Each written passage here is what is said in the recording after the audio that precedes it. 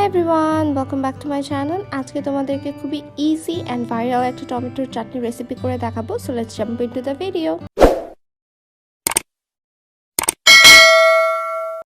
ফার্স্টে আমি 5টা টমেটো নিয়ে নিয়েছি এন্ড এগুলোকে মাঝখান দিয়ে আমি কেটে নিচ্ছি। সুন্দর করে প্রত্যেকটাকে হাফ হাফ করে কেটে নিব। দেন একটা প্যান নিয়ে নিয়েছি, তার মধ্যে অল্প একটু সরিষার তেল দিয়ে এভাবে আমি টমেটোগুলোকে দিয়ে দিচ্ছি যাতে প্রত্যেকটা নিচে ভালোভাবে সরিষার তেলগুলো লেগে যায়। সো টমেটোগুলোকে এভাবে দেওয়ার পর আমি সাথে কিছু রসুন নিয়ে নিয়েছি অ্যান্ড রসুনের ফ্লেভারটা অনেক ভালো লাগে এই টমেটোর চাটনির মধ্যে। এগুলোকে আমি প্রত্যেকটা সাইড 5 মিনিট করে কুক করে নিয়েছি। তোমরা দেখলেই বুঝতে পারবে যে নিচে দিয়ে একটু কালারটা চেঞ্জ হওয়া পর্যন্ত আমি প্রত্যেকটাকে কুক করেছি।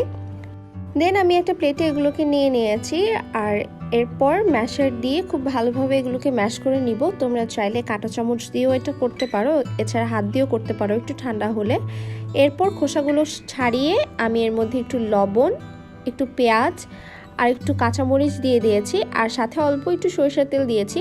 দেন ভালোভাবে হাতে মেখে নিলেই রেডি হয়ে যাবে তোমাদের টমেটোর চাটনি। এটা খেতে যেমন মজা অ্যান্ড খুবই easy to make. If you like my video, do subscribe and follow my channel. Thank you.